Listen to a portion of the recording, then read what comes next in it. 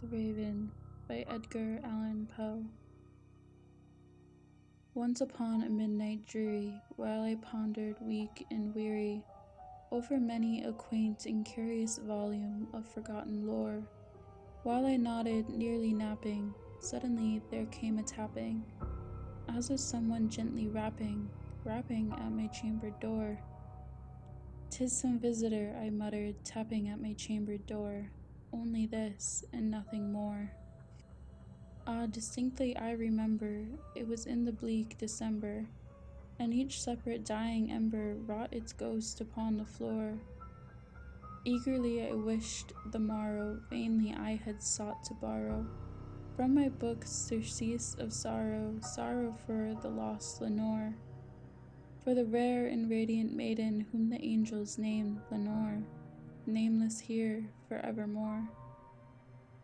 And the silken, sad, uncertain rustling of each purple curtain thrilled me, filled me with fantastic terrors never felt before.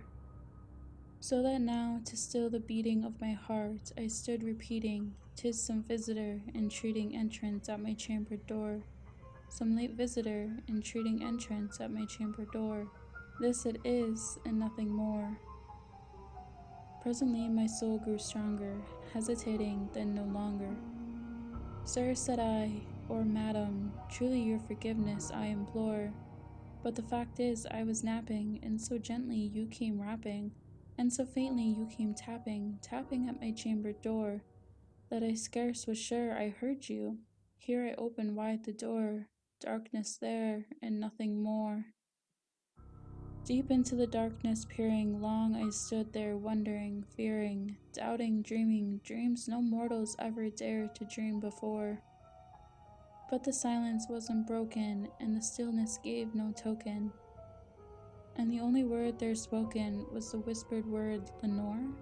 This I whispered, and an echo murmured back the word, "Lenore."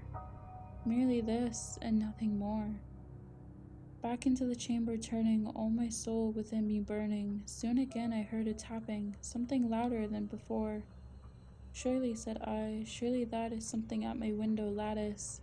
Let me see then, what threat is, and this mystery explore.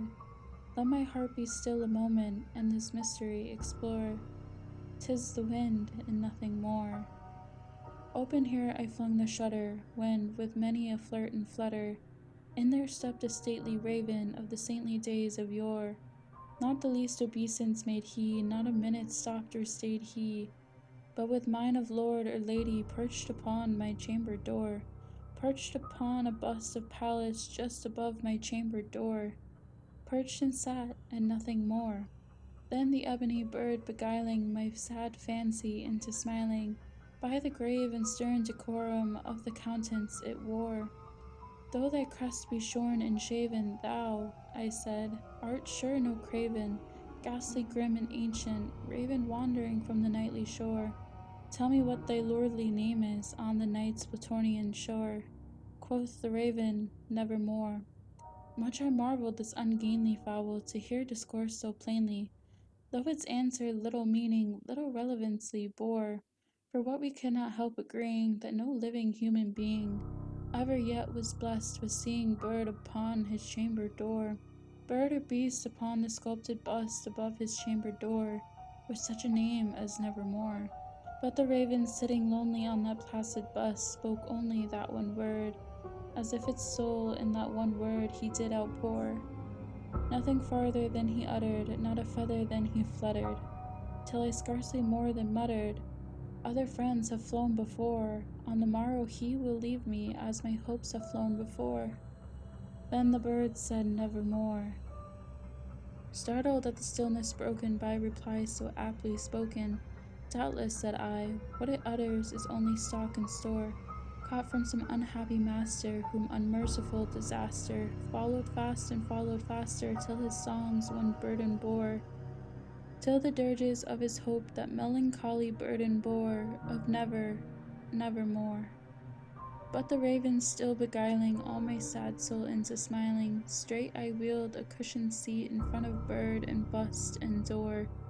Then upon the velvet sinking, I betook myself to linking Fancy unto fancy thinking, with this ominous bird of yore, with this grim, ungainly, ghastly, gaunt, and ominous bird of yore, menting, croaking, nevermore. This I sat engaged in guessing, but no syllable expressing. To the fowl whose fiery eyes now burnt into my bosom's core, this and more I sat divining, with my head at ease reclining on the cushion's velvet lining, and the lamplight gloated o'er, but whose velvet violet lining with the lamplight gloating o'er, she shall press, ah, nevermore. Then methought the air grew denser, perfumed from an unseen censer, swung by seraphim, whose footfalls tinkled on the tufted floor. Wretched, I cried, thy God hath lent thee, by these angels he has sent thee, respite, respite, and nepenthe from thy memory of Lenore. Quaff, oh quaff this kind nepenthe, and forget this lost Lenore. Quoth the raven, nevermore. Prophet, said I, thing of evil, prophet still, if bird or devil, whether tempter sent, or whether tempest tossed thee here ashore, desolate yet all undaunted, on this desert land enchanted, on this home of horror haunted, tell me truly, I implore. Is there balm in Gilead? Tell me, I implore. Quoth the raven, nevermore. Prophet, said I, thing of evil, prophet still, if bird or devil. By that heaven that bends above us, by that God we both adore, tell this soul with sorrow laden, if within the distant Aidenn, it shall clasp a sainted maiden, whom the angels name Lenore. Clasp a rare and radiant maiden, whom the angels name Lenore. Quoth the raven, nevermore. Be that our sign of parting, bird or fiend, I shrieked, upstarting. Get thee back into the tempest, and the night's Plutonian shore. Leave no black plume as a token of that lie thy soul has spoken. Leave my loneliness unbroken. Quit the bust above my door. Take thy beak from out my heart, and take thy form from off my door. Quoth the raven, nevermore.